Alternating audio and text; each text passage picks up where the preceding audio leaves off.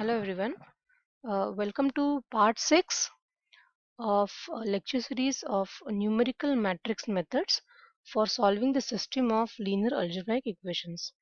In this video, I'm going to solve a simple example of a 3 cross 3 matrix using Gauss Seidel method.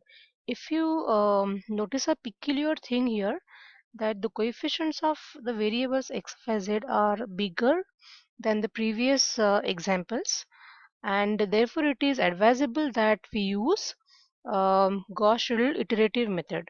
Although we can use other methods also, but I think they can take more time to solve. So we use a simple iterative method that is called as Gauss Seidel method. Okay, so what we do is, as I have already explained to you in the previous video, we are going to rewrite this system as for equation of x, y, and z.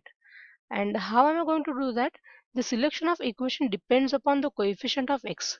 So we have, if the equations are not arranged in the descending order of the coefficient of x, we are first supposed to arrange them in the descending order of coefficient of x. And you can see here that this coefficient is the highest, and then this and this. So now we have arranged, the equations are already arranged. Now we can write them in this form. So I would like you to pause the video and see how these equations are written. So let me just explain the first one. I take 6y and z to this side to RHS, and then divide the entire expression by the coefficient of x, that is 27. So I get this equation. In a similar way, I get the equation of y from the second equation and equation of z from the third equation. Okay, so we start our iteration now. So as explained earlier, we are supposed to start with the initial values as 0, 0, 0, and I'm denoting the initial values of x, y, z as x naught, y naught, and z naught. So what do we get? So we first calculate x1.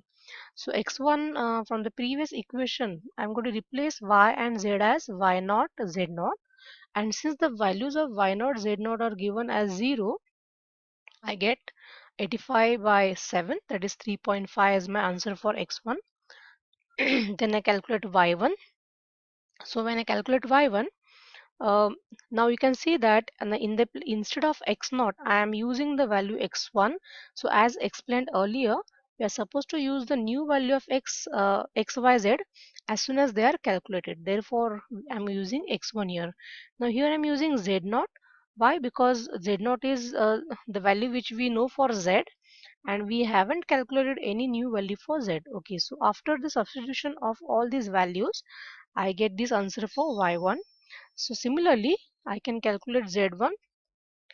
Uh, so you can see that the values now of x naught and y naught have been changed to x1 and y1.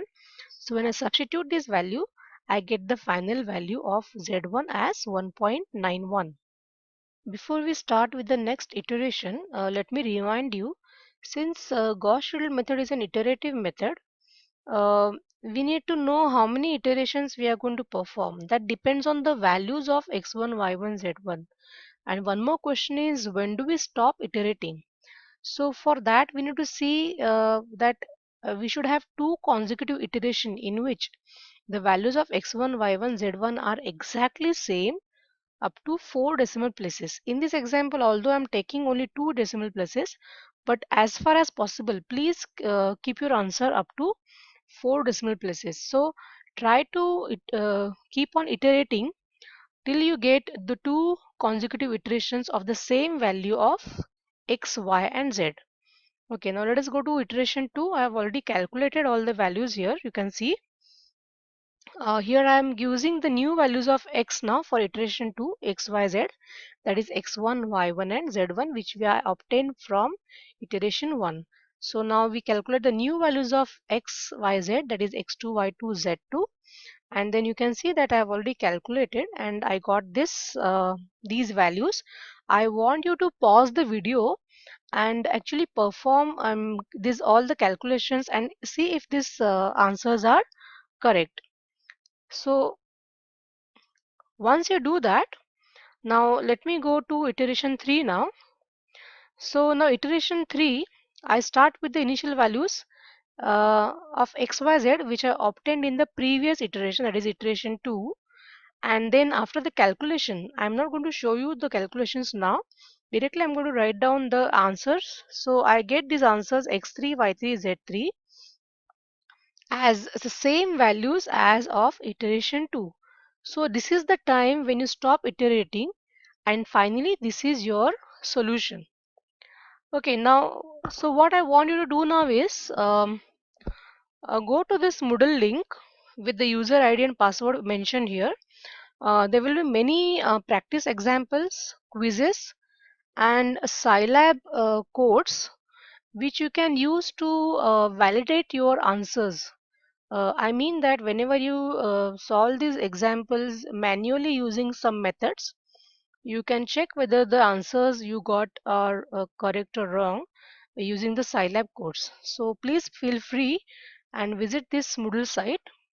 If you have any queries, you can either discuss in the blog that I will be posting on Moodle, or you can contact me by email. My contact details will be available on Moodle. That's all for today. Thank you.